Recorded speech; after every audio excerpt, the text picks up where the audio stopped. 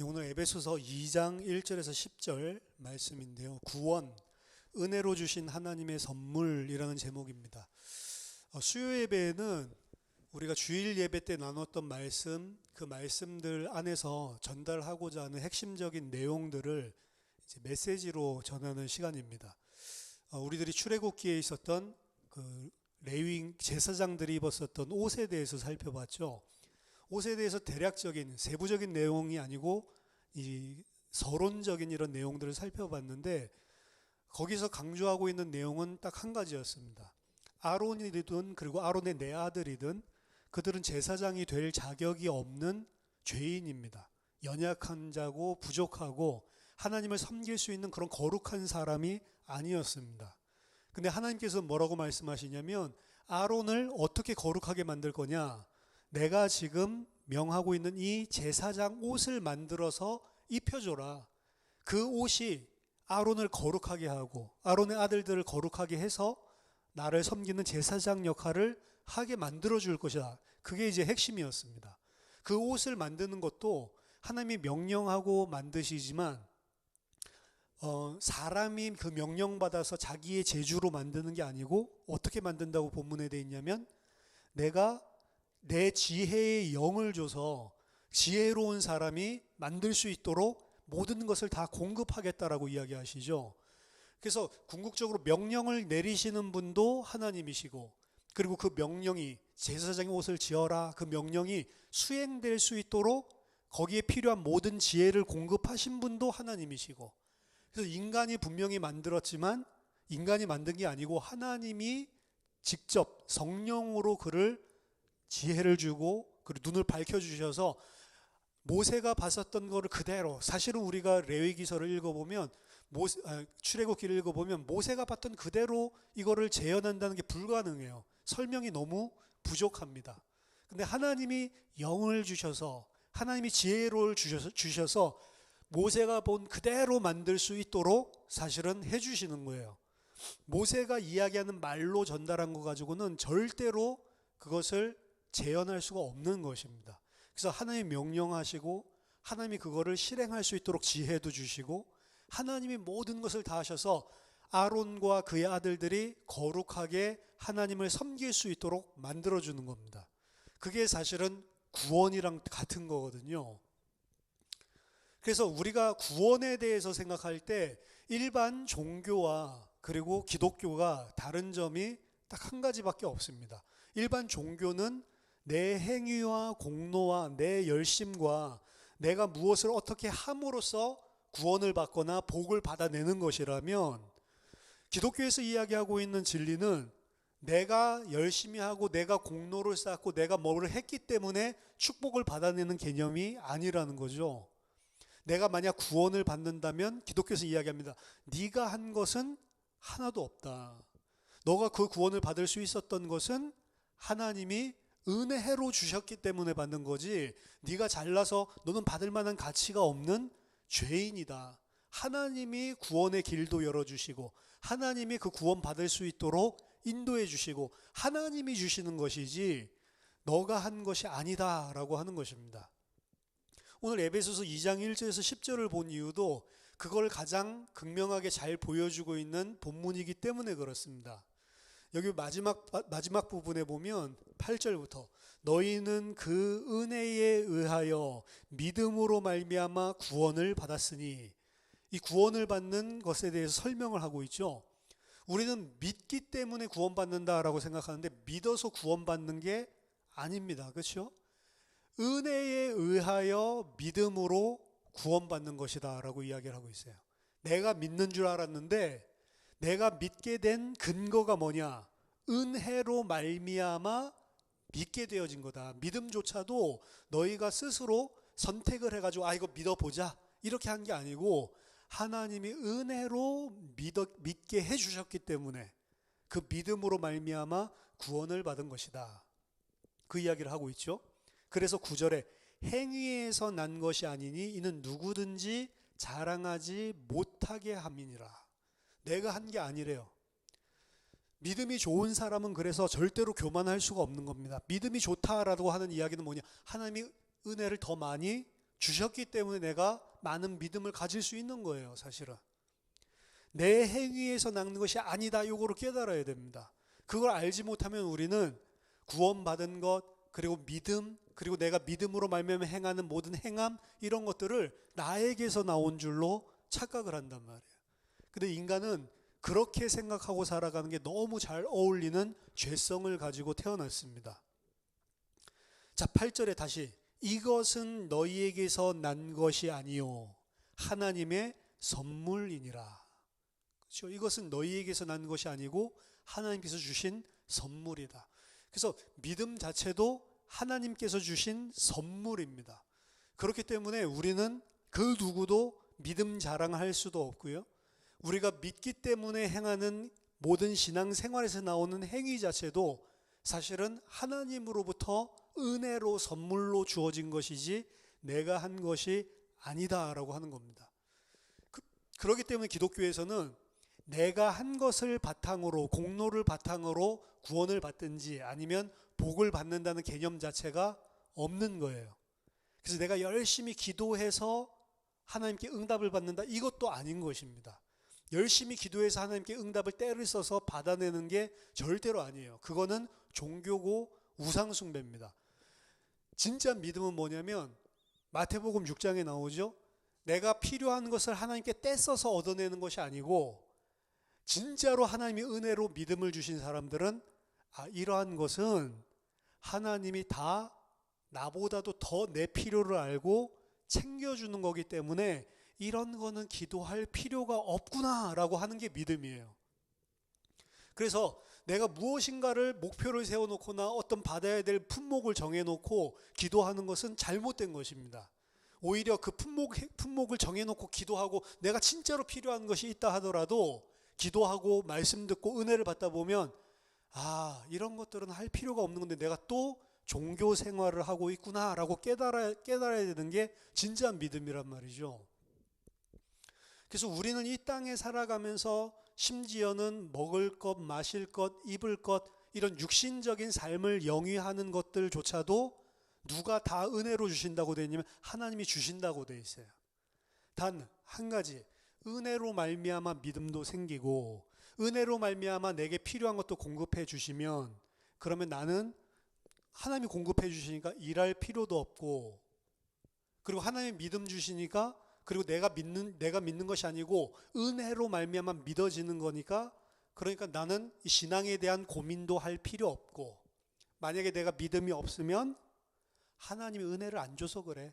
하나님이 은혜를 안 주시는 거는 거기에 다 이유가 있겠지. 지금 이 시간표에는 믿음 없이 살라는 하나님의 뜻이야.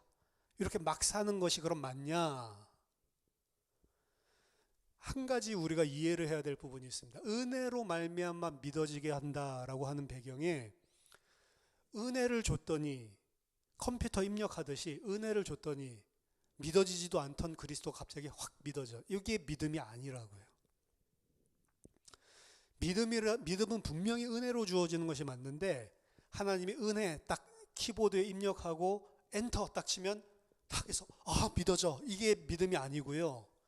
믿음은 왜 하나님이 사실 성경 너무 복잡하잖아요. 왜 이렇게 복잡한 거 가지고 사실은 포인트는 거의 한 가지인데요. 성경에서 이야기하는 거는 왜 그 한 포인트를 이렇게 다각도로 여러 가지로 설명을 할 뿐만 아니고 은혜, 믿음 탁 엔터 치면은 바로 구원받는 것이라면 굳이 구속, 역사 이런 것들을 몇천 년 동안 준비하고 우리에게 이루어 가시냔 말이에요. 그리고 성도가 이 땅에 살았을 때 은혜, 믿음 탁 한번 엔터 치면 금방 믿음의 사람이 되면 되지.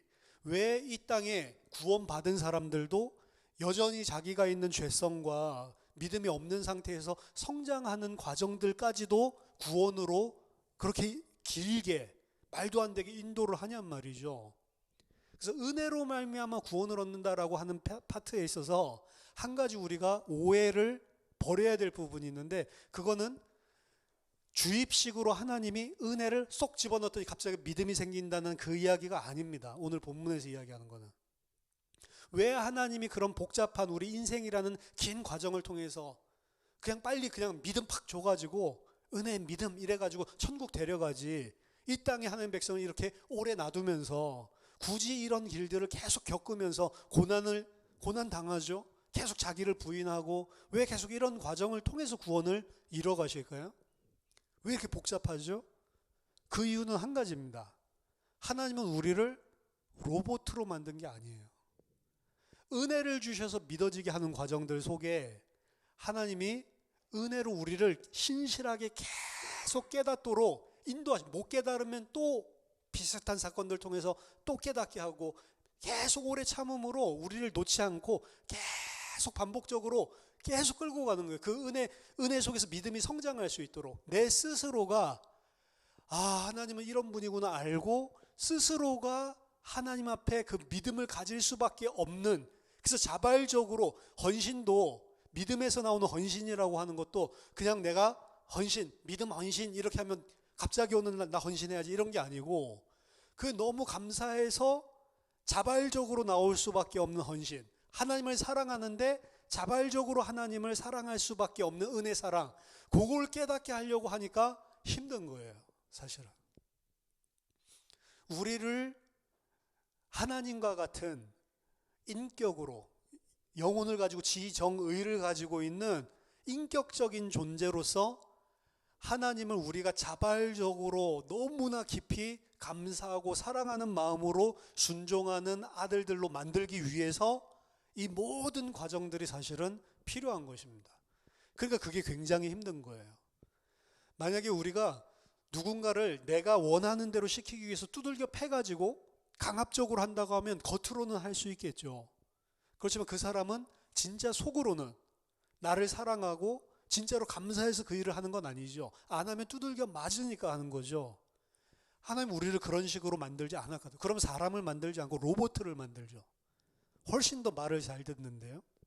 그렇지만 인격을 가지고 내 자신의 자유의지를 가지고 있는데 그 자유의지는 인간이 하나님의 은혜를 모르는 그 상황에서는 어떻게 해서 나 중심으로 이 땅의 것 중심으로 살 수밖에 없는 거예요. 그런 우리를 이제 깨닫고 깨달아서 그 하나님이 어떤 은혜를 베풀어 주는지 아는 성장을 통해서 그 하나님께 너무나 감사해서 모든 것을 행하고 감사해서 하나님을 찬송하고 진짜 그 은혜 때문에 절대로 앞으로 하나님 앞에 순종하고 하나님을 배반하지 않을, 죄가 아예 우리를 침범하지 못하게 하는 정도로까지 만들어 나가려고 하는 건 보통 작업이 아닙니다. 사실은 불가능한 거죠.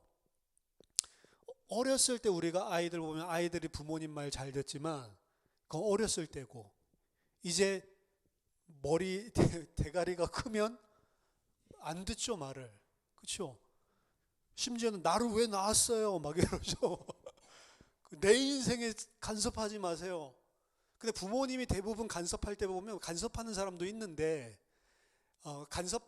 간섭이라는 개념 말고 진짜로 이 자녀가 이렇게 하면 안 되는데 이거를 경험적으로 알고 있기 때문에 주는 것도 있죠. 근데 이제 질풍노도의 시기가 되면 그것도 이제 간섭으로 이제 느껴지기 시작하죠. 거기서 이제 때려잡아도 안 된다라는 결론이 와요. 그래서 속담 가운데도 뭐 말이나 소를 물까지는 끌고 갈 수 있지만 마시는 거는 절대로 우리가 할 수 없다. 마시는 건 지가 마셔야지 라고 하는 게 사실은 우리들이 인생 속에서도 볼 수 있는 어떤 인간의 인격 가진 존재, 지정의를 가진 존재가 얼마나 자기 중심적으로 살 수밖에 없는지. 틀린 건데도 그래요. 빤히 보여도. 저희 부모님도 이제 저를 보면 그런 것들이 많았겠죠. 근데 부모님 나이 돼 보고 나면 느끼는 것을 부모님 나이 안 되고 나면 못 느끼는 영역이 반드시 존재를 한다고요. 그렇죠? 그것도 하나님이 인간에게 깨달으라고 경험하게 놔둔 영역인 것 같아요. 다 알지를 못하니까, 경험하지를 못하니까, 지혜가 부족하니까, 지식이 미천하니까.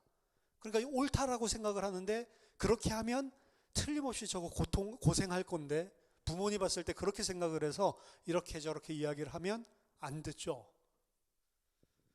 제가 콜라 좋아한다고 이제 사람들이 굉장히 뭐라고 하는데 이제 콜라 때문에 완전히 이제 그 질병 걸려보고 암에 걸려보고 넘어지기 전까지는 못 깨닫겠죠.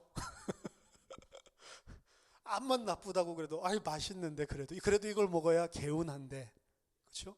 그래서 그 길을 가는 거죠. 나쁘다는 소스는 줘도 알아도 그래도 이게 주는 유익, 내게 주는 즐거움, 이것 때문에 못 끊는 게 인간이라고요.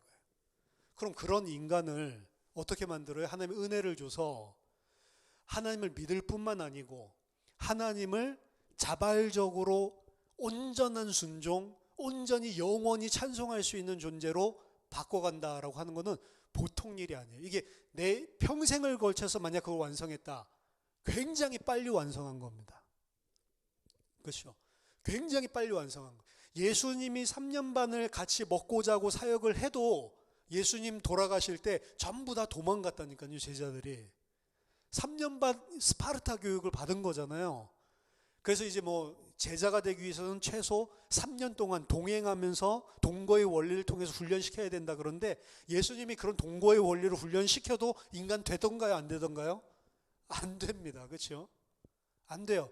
왜냐하면 예수님이 하고 있는 것들을, 예수님이 말씀하시는 것도 그렇고 예수님이 행하시는 것들을 못 깨달아요. 몰라요. 뭔 일을 하는지를. 부활하신 주님을 만나고 나서도 몰라요. 도대체 뭔지를. 부활하신 주님이 성령을 보내주셔서 이게 이런 거였어? 이게 이제 마음에 깨달아졌을 때 믿게 됐죠. 그럼 그 믿어졌을 때 완전하던가요? 믿어졌고 이제 깨달아졌어요. 이제 진짜 생명을 얻었는데도 불구하고, 뭐 그전에도 생명 얻었겠죠. 이제 진짜로 성령을 통해서 메시아가, 그리스도가 이렇게 하는 거였구나 알았는데도 아직도 덜 깨달은 영역이 사람들마다 천차만별로 있단 말이죠. 심지어 베드로조차도. 베드로가 이 구원받고 나서 예수님을 배반한 적은 한 번도 없어요. 그렇죠? 성령 받고 나서 진짜 이 메시아였구나. 진짜 구원은 이런 거였구나. 이 사실을 베드로가 안 이후로 예수님을 배반한 적은 없습니다. 하지만 여전히 이방인에 대한 선입견이라든지 유대인으로서 가지고 있는 하나님의 진리 아닌 다른 생각, 복음 아닌 다른 생각은 여전히 가지고 있는 거예요.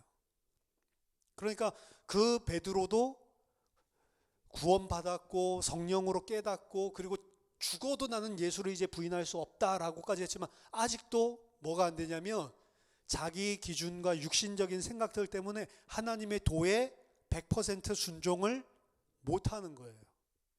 근데 이제 예루살렘 회의나 바울 사역이나 이것들을 통해서 깨닫게 만드는 거죠. 깊이 있게 생각하게 만드는 거죠. 맞다. 솔직히 우리도 유대인이었는데 유대인이기를 포기하고 율법 지킴으로가 아니고 그리스도로만 구원받는다고 그걸로 우리 구원받았는데 이방인들에게는 또 유대인처럼 내가 하고 있었구나. 사건들을 통해서 깨닫게 만들어주는 거죠. 베드로도. 그래서 조금씩 설득을 시켜가고 성장을 시켜가는 거예요.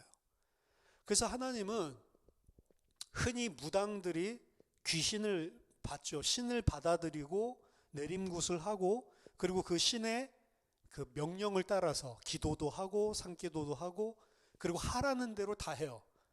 근데 그 하라는 대로 할 때는 귀신은 어떻게 하던가요? 무당들이랑 같이 대화해보면 완전히 강제적입니다. 강제.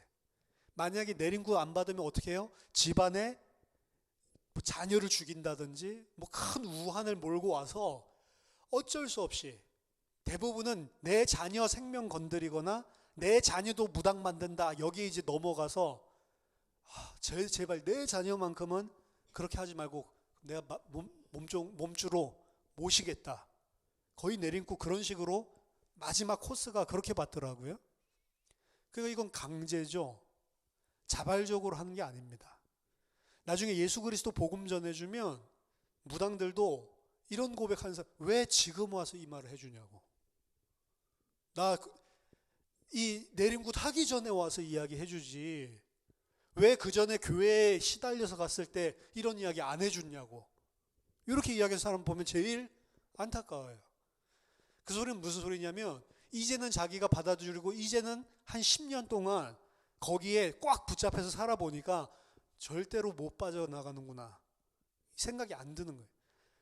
아예 이렇게 깊이 빠져들기 전에 나 좀 살려주지. 요 이야기거든요. 거의 반강제입니다. 반이 아니고 아예 강제예요. 기도도 무속인들 보면은 새벽에 일어나가지고 막 찬물로 막 씻고, 새벽 3시에 씻고, 그리고 준비 옷 단장 해가지고, 그래가지고 이제 뭐 재물들 가지고, 뭐 소주랑 뭐 과일이랑, 그리고 산에 올라가서 그거 이 촛불 피워놓고 기도하고 이러거든요. 그 새벽 3시에 일어나가지고 준비를 한다. 저는 새벽 기도 힘들어가지고 하지도 않는데, 안 하면 어떻게 돼요? 왜 그렇게 할까요? 안 하면 어떻게 하냐 내가 물어보니까 칼을 가지고 와가지고 자기를 친대요.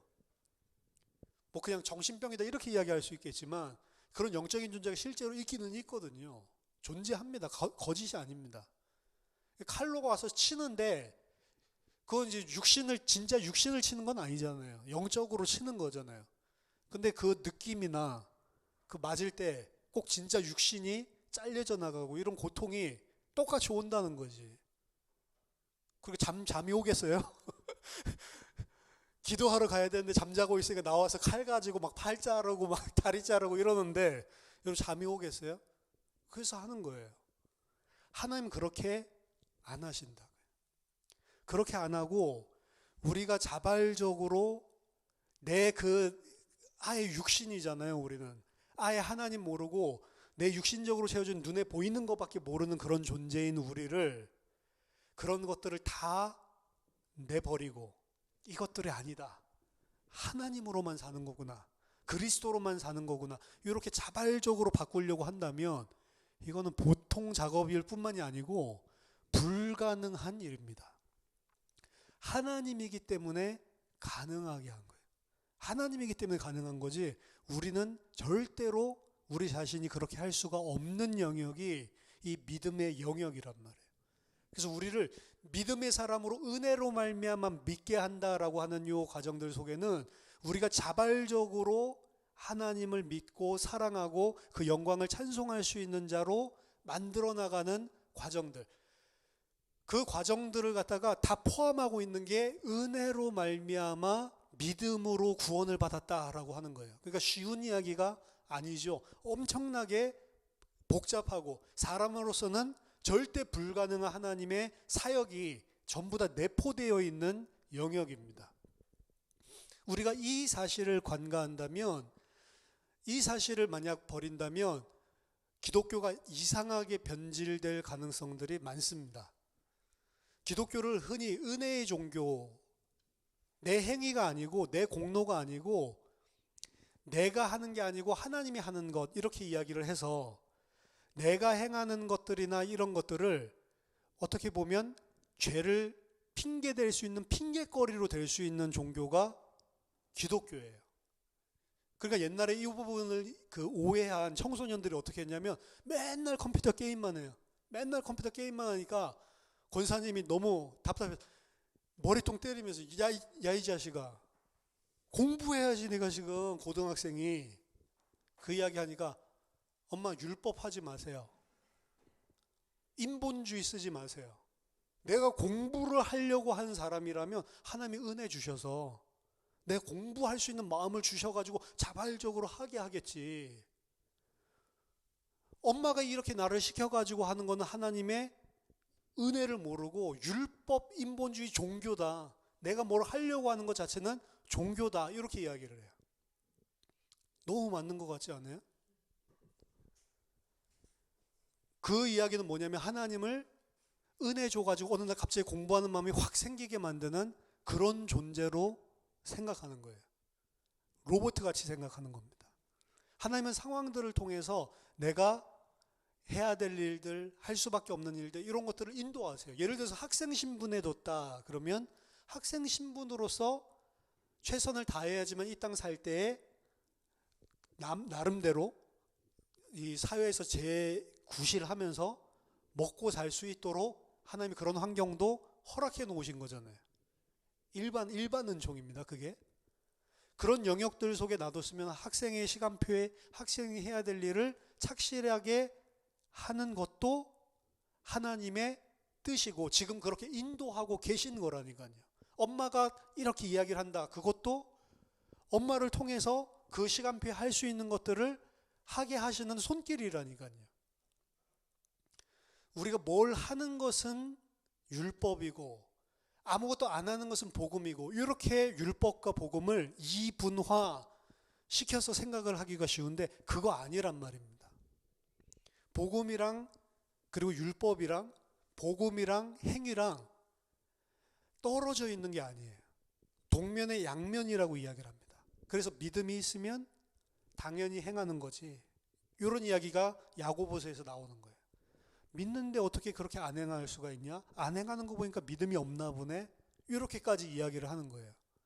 그럼 그 믿음이라고 하는 거, 행함이라고 하는 거는 다 뭐를 기초로 하고 있는 거냐면, 하나님의 은혜로 진짜로 내가 설득돼서 자발적으로 정말로 그 하나님의 은혜에 대한 믿음을 가지게 된 거냐 아니냐를, 만약 자발적으로 내가 그렇게 된 거라면 자발적으로 당연히 그 행위가 나오게 돼 있다는 거예요.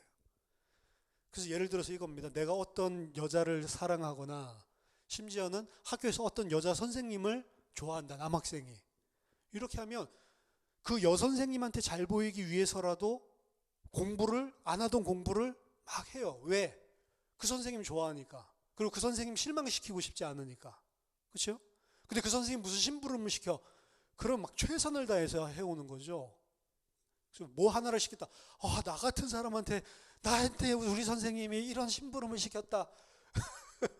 심부름은 사실 안 좋은 건데, 노동을 요구하는 건데, 뭘 시켜줘도 고마워.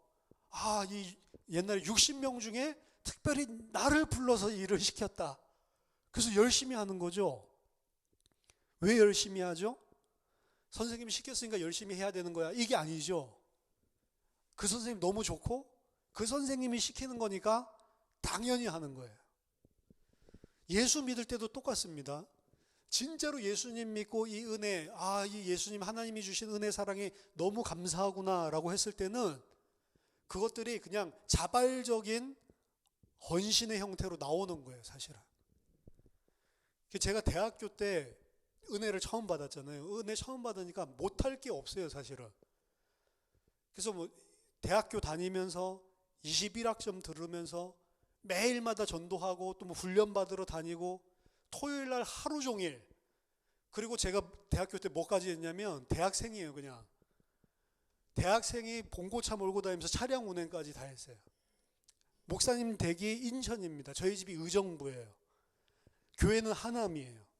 그럼 하남시에서 목사님 금요일 날 모든 금요 철야 다 끝나고 목사님 모셔다 드리고, 그리고 의정부 오고, 토요일 날 서울대 전문교회 가가지고 사람들 태워가지고 그것도 운행해가지고 또 훈련 받는데 돌아다니고, 토요일 훈련 다 끝나고 나면 목사님 또 인천 모셔다 드리고, 그리고 교회 오고, 다음날 아침 주일이니까 새벽부터 일어나서 또 목사님 모시러 인천까지 가고.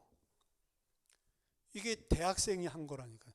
제가 생각할 때, 지금 생각해보니까 그 목사님 미쳤네. 왜 대학생한테 그렇게 많은 걸 시키지? 라고 생각했는데, 그리고 나도 미쳤네. 왜 대학생이 그러고 있었을까? 이런 생각이 드는데, 그때는 아무런 힘든 것도 없고, 그리고 내가 이거를 막 차량 운행 봉사하고 있다, 이런 개념 자체도 없어요. 그냥 그거 자체가 너무 기쁜 거야. 왜? 내가 구원받았는데, 내가 복음과 그리고 교회를 위해서 하는 일인데, 그리고 그거 했으니까 나를 어떻게 봐주겠지, 이런 생각 자체는 할 수가 없는 거예요. 그리고 그거 막 시키는 사람 보고 막 이런 개념도 없어. 왜? 안 시켜줘서 문제지, 시켜주기만 하면 그걸로 감사하니까. 그게 말하자면 하나님의 백성으로 하나님 아들답게 사고 하나님을 영원히 찬송하게 만드는 근본적인 색깔이란 말이에요. 그러니까 우리 공로가 없는 것입니다.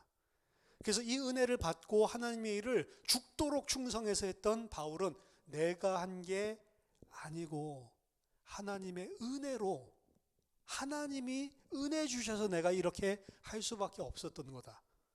내가 아니고 하나님이다. 내가 아니고 그리스도다. 이렇게 이야기를 하는 거예요. 그런 사람들로 만들어 나가기 때문에 이게 복잡하고 오래 걸리는 겁니다. 그렇기 때문에 우리가 은혜, 믿음 요 관계에서 오늘 말씀드리고 싶은 이 포인트는 하나님의 은혜를 받았기 때문에 내 의지도 없이 그리고 내가 선택하는 것도 없이 모든 게 그냥 자동적으로 믿음도 생기고 행위도 나타나고 이렇게 하는 그냥 컴퓨터 프로그래밍 입력이 은혜가 아니라는 거. 은혜는 스스로 그 은혜를 받았을 때 감사해서 당연히 나올 수밖에 없을 정도로까지 우리를 바꿔가는 거예요. 그래서 성경에서 보면 그 은혜를 받았다라고 하는 사람이 그러한 모습이 없어? 그 은혜를 받았다라고 하는 사람이 그러한 부분을 이해를 못해? 그럼 그 사람은 은혜를 안 받은 사람인가 보네? 이런 이야기가 있는 겁니다.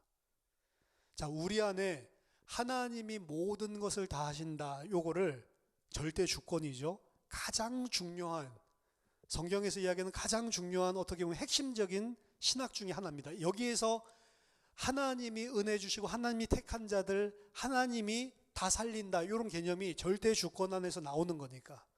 하지만 하나님이 절대 주권이라고 해서 우리를 로봇같이 움직이는 것은 아닙니다. 내가 죄를 짓는 것은 하나님의 절대 주권에 의해서 죄를 짓는 게 아닙니다. 하나님이 죄를 지을 수밖에 없도록 나를 강요했기 때문에 죄를 짓는 게 아니에요. 성경에서 이야기하는 죄는 그렇다라고 이야기하지 않습니다. 죄는 하나님이 원하지 않는데 내가 짓는 게 죄예요. 그렇기 때문에 하나님이 죄를 심판하시는 것입니다. 죄는 하나님이 죄를 일으키는 것이 아니고 내가 하는 거라니까요. 그럼 내가 왜 합니까? 죄인이기 때문에 하는 거예요. 육신이기 때문에. 나 중심으로 살기 때문에. 그렇기 때문에 하나님의 은혜를 받은 사람은 그 죄에 대한 한탄과 혐오와 회개가 있는 거예요. 내가 이런 죄인인데 왜 나를 이렇게 사랑하셔서 이렇게까지 사랑했지? 이게 깨달아졌을 때 우리는 회개가 일어났다고 하고 그 사람은 절대로 그 죄를 이제는 범하면서 범할 수밖에 없겠죠. 연약하니까. 그렇지만 절대로 이 죄 속에 나는 살면 안 되는 사람이야. 지향성 자체가 바뀌게 돼 있어요. 더더군다나 하나님이 하게 하신 것이 아니고 내가 죄인이고 내가 내 자신 때문에 저지른 죄이기 때문에 어떤 사람에게 내가 죄를 저질렀을 경우에 이거 하나님이 하게 하신 거야.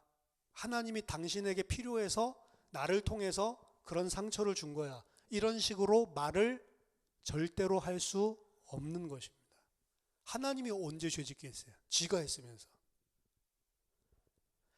하나님이 나를 죄짓게 한 게 아니라니까요. 하나님은 성령으로 나를 계속 가르쳐 주세요. 죄짓지 않도록. 성령으로 계속 나를 설득시키고 있어요. 네가 그렇게 하지 않아도 살 수 있어. 네가 다른 사람들 그렇게 짓밟지 않아도 하나님이 책임져줘. 불신자들처럼 그렇게 사는 거 아니야. 하나님이 그거 가르쳐 준다니까요. 계속 너 중심적으로 살지 말라고. 근데 내 중심적으로 살 때 상대방이 상처받고 상대방에게 죄를 범하고 내 원하는 대로 했을 때 착취하거나 내가 원하는 대로 강요를 하거나 이랬을 때 상대방에게 죄를 짓게 되는 건데 그게 하나님이 하게 했다고? 하나님이 하게 한 거 아닙니다. 그럼 모든 죄를 다 용서했다면서요. 모든 죄 다 용서한 거를 아는 사람은 와, 그 용서받은 내가 또 이 짓 하고 있네. 거기에 대해서 하나님께 죄송하고 그 사람에게 미안한 게 정상이란 말이에요. 어디 성경에서 죄를 저지르고 다른 사람에게 상처 줬어도 그거 하나님이 하게 한 것이니 뻔뻔하게 있어라. 이런 말이 어디 있어요? 그런 사상이 어디 있습니까? 자, 여러분들, 복음은 하나님이 우리에게 주신 건데 하나님이 굉장히 온유하고 젠틀한데 하나님이 온유하다라고 하는 것은 말씀으로 우리를 길들여 주시는데 말씀으로 길들이실 때 어떻게 우리를 말씀을 길들이시냐면 내가 그 은혜 사랑에 너무 감격해서 그 말씀을 순종할 수밖에 없게끔 만들어 주시는 겁니다. 그 길 가운데 있는 사람은 내가 하나님의 그 사랑을 받고 있다는 것을 깨달은 사람은 그렇게 살지 못할 때 하나님께 죄송하고, 그렇게 살지 못해서 남에게 피해를 줬을 때 그 사람한테도 하나님이 주신 은혜를 내가 나의 이 죄성 때문에 잘못 이 사람에게 전파하고 있구나. 빛이 나에게 빛이었던 것처럼 그대로 비추는 게 아니고 내가 이 빛을 또 어두움으로 전하고 있구나. 이 사실을 알 때 굉장히 미안하고 죄송스러운 거예요. 그렇죠? 그래서 하나님이 모든 것을 다 해주신다와 그럼 나는 이라고 하는 부분들에 있어서 우리들은 조금 생각을 해야 됩니다. 하나님이 다 해주신다는 걸 알 때 나오는 삶이 있어요. 근데 그 삶은 하나님이 다 해주시니까 나는 아무렇게나 살아도 된다라는 삶은 절대로 안 나온다라고 성경은 가르쳐주고 있습니다. 바울도 이야기하죠. 로마서 6장에서 은혜로 우리가 구원받았기 때문에 그럼 이제 짐짓 죄 가운데 거할 수 있냐? 그 죄에서 빠져나오고 그 죄를 한탄스러워하고 그 죄가 혐오스러워서 그 하나님의 은혜로 겨우 빠져나온 네가 죄 안에 거할 수 있냐? 은혜를 더 받기 위해서 나는 죄를 더 지어야 돼. 이런 식의 사상을 가질 수 있냐? 절대 그럴 수 없느니라. 구원받고 그 은혜 받은 사람은 절대 그럴 수 없다는 거죠. 왜 당연한 이야기를 해? 여러분들이 제 오늘 설교를 들으면서 왜 당연한 이야기를 해? 이렇게 들리셔야 돼요. 무슨 소리지? 이렇게 들리시는 분은 다시 한번 들어보셔야 돼요. 그 왜 당연한 이야기를 할까요? 이 당연한 이야기를 당연하지 않게 거짓 교사들이 교회 안에 파고 들어가서 가르쳤고 초대교회가 그것 때문에 다 무너졌기 때문에 오늘날에도 똑같습니다. 오늘날에도 똑같은 일들이 교회 안에 진리와 복음 이거를 잘 아는 교회 안에는 반드시 이런 가르침들이 파고들어요. 그걸 보고 이단 사상이라고 하는 거예요. 절대로 그렇게 두 개가 같이 갈 수 없다라고 성경은 이야기합니다. 하나님의 은혜를 받은 사람, 그거의 소중한 걸 아는 사람은 비록 내가 부족하고 아직도 육신이 약하여서 넘어질 수 있을지언정 그것을 나를 핑계로 삼고 나를 방어막 삼을 수 있는 기제로 하나님의 복음을 이용하지 않아요. 은혜를 받지 못했을 때 아담의 모습, 하와의 모습이 창세기 3장에서 나와 있습니다. 그렇죠? 창세기 3장에서 나온 아담과 하와의 모습은 본인이 잘못한 것을 알았을 때 하나님 앞에도 그렇고 자기가 죄를 범하게 한 배우자에게도 그렇고 전혀 미안해하거나 전혀 죄송스러워하지 않아요. 하나님께도 대적을 하고 하나님이 만드신 저 여자, 하나님이 만드신 저 뱀, 그것 때문에 내가 죄를 지었지. 이렇게 이야기를 하고, 그렇죠? 자기 자신이 죄를 범한 사실, 자기 자신 때문에 피해를 입은 상대방한테도 전혀 관심이 없어요. 그렇기 때문에 이 상태에 있는 사람은 남자와 여자가 서로 짓밟으려고 한다라고 창세기 3장에서 이야기를 하는 거예요. 여자는 자기의 소욕대로 남자를 다스리려고 하고 남자는 여자를 다스리려고 하고, 그것은 여자는 사모할 것이나 이렇게 이야기했는데 아내는 사모한다는 이야기 아니고 사모가 아니고 자기 마음대로 컨트롤하려고 그러고 남자도 아내를 자기 마음대로 컨트롤하려고 그러고, 그렇죠? 전혀 상대방에 대한 배려나 미안함 이런 거 없죠. 제가 하와라면 어떻게 하겠어요? 진짜 복음을 알았다면 아담한테 얼마나 미안해할까요? 이것 때문에 네가 하나님의 은혜를 알게 됐지, 나를 통해 선악과를 먹어서, 이렇게 안 나온다고요. 아담 또한 마찬가지입니다. 당신 때문에 내가 먹었잖아, 이렇게 안 나온다고요. 당신이 했지만 사실 나도 먹고 싶었다, 그래서 먹었다, 이렇게 나오겠죠. 그게 정답이잖아요. 사실은 이 아내가 먹을 때 옆에서 보고 있었거든요. 안 죽으니까 자기도 먹은 거거든. 근데 당신 때문에 먹었다, 이렇게 나온다고요. 은혜로 주신 하나님의 선물, 이게 믿음인데요. 그 믿음이 있는 사람은 이러한 방식으로 자발적으로 하나님이 원하는 것들을 하는 방향으로 믿음이 표출되지, 절대로 그 반대로 은혜로 주시는 거고 내가 하는 게 아니니까 나는 죄 가운데 이 방탕 가운데 방임 가운데 나를 마음껏 내버려 둘 수 있다. 이런 방식으로 안 나오는 것입니다. 그렇죠? 우리는 하나님의 은혜로 주신 구원을 선물 받은 사람들이에요. 우리는 그 믿음을 은혜로 선물 받은 사람들입니다. 그리고 우리는 마땅히 그 은혜 받은 자로 하나님께 감사하고, 그리고 그 하나님의 뜻에 합당한 하나님의 백성으로 살기 위해서 내 죄성과 싸우고 몸부림쳐야 되는 거예요. 그게 지정의를 가지고 하나님을 살아가는 하나님 백성의 자연스러운 당연한 삶의 모습입니다. 그래서 의지를 가지고 싸우라는 이야기는, 안 싸우면 우리는 이 죄성이 너무 길들여져 있고 아예 우리가 육신 자체이기 때문에 죄 자체도 인지하지도 못하고, 그리고 그 죄 가운데 방임 가운데 놓을 수밖에 없는 존재들이에요. 구원이 완성됐을 때 하나님이 어떤 사랑을 베풀었는지 온전하게 알게 됐을 때는 아예 어느 정도로까지 우리가 바뀐다고요? 그런 죄성 가진 육신을 가지고 있는 우리가 이제 온전한 거룩한 몸을 입고 온전히 하나님을 알고 절대로 죄를 짓지도 못할 수준까지 올라서게 되는 것인데, 우리가 성장하는 이 땅에서의 과정에서는 거기에 대한 분투가 반드시 존재를 합니다. 존재 안 한다고 하는 것은 거짓말이에요. 그래서 우리 자신이 하나님이 주신 그 구원에 대해서 오해를 하지 말기를 바랍니다.